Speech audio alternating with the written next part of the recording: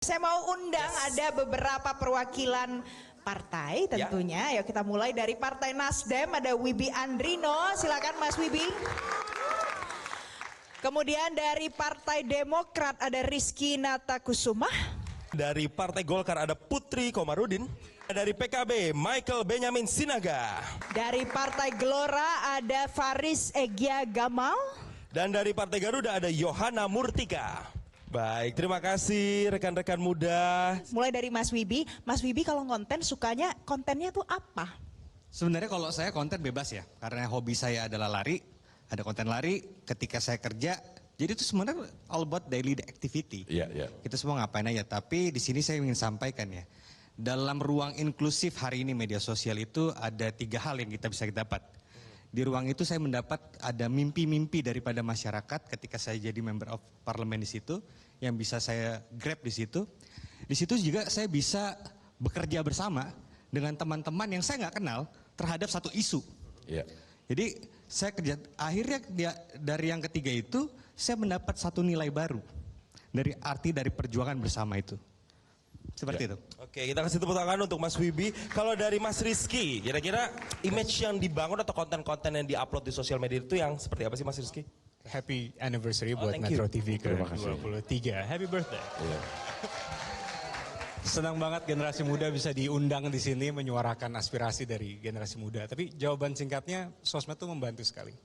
Itu bisa nge-cut cost politik tadi pertanyaan di segmen pertama, memudahkan generasi muda untuk selling ourselves ke publik bahwa kita akan mengabdi dan lain sebagainya. Tapi yang kami ingin biasanya tekankan dari Partai Demokrat adalah style penting tapi jangan sampai itu melampaui perhatian kita kepada substansi. Paham atau tidak apa yang disuarakan oleh masyarakat. Mengerti atau tidak isu yang di lapangan yang selama ini disuarakan oleh generasi muda itu seperti apa.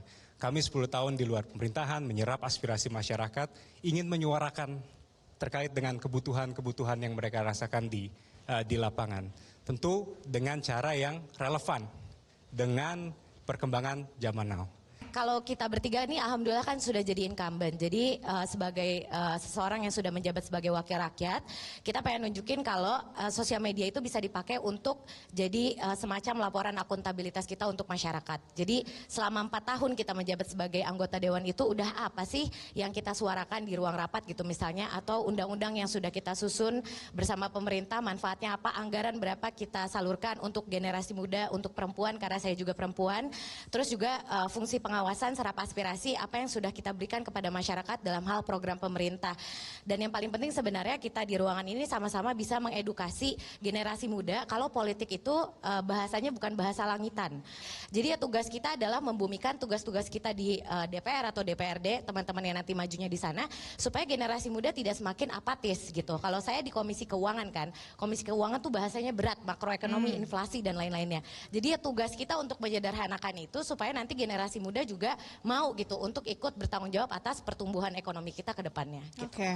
Itu kalau bahasa keuangan berat ya Cing Abdel ya? Iya. Kalau Cing Abdel bahasanya ringan nih biasanya kalau lucu-lucuan gitu. Bahkan gak didengar saking ringannya ya.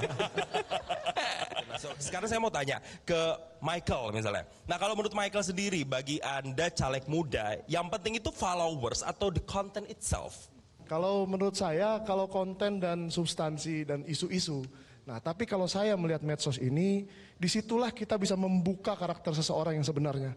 Tidak ada yang bisa kita sembunyikan, misalnya lagi cemberut, lagi apa. Sebenarnya kita tidak sengaja tapi kelihatan di medsos itu. Padahal biasanya dulu bisa kita kalau lagi turun ke dapil, wah senyum-senyum semua. Tapi sekarang kita harus menguji dan anak muda akan menguji mana caleg-caleg yang karakternya betul-betul cocok dengan mereka. Mbak Yohana punya tips dan trik gak kalau selama ini itu mengemas konten yang substantif itu gimana sih? Terkait konten yang memang kita suguhkan, saya lebih sepakat ke dalam hal substantifnya. Karena kita harus fokus apa sih yang dibutuhkan anak muda hari ini.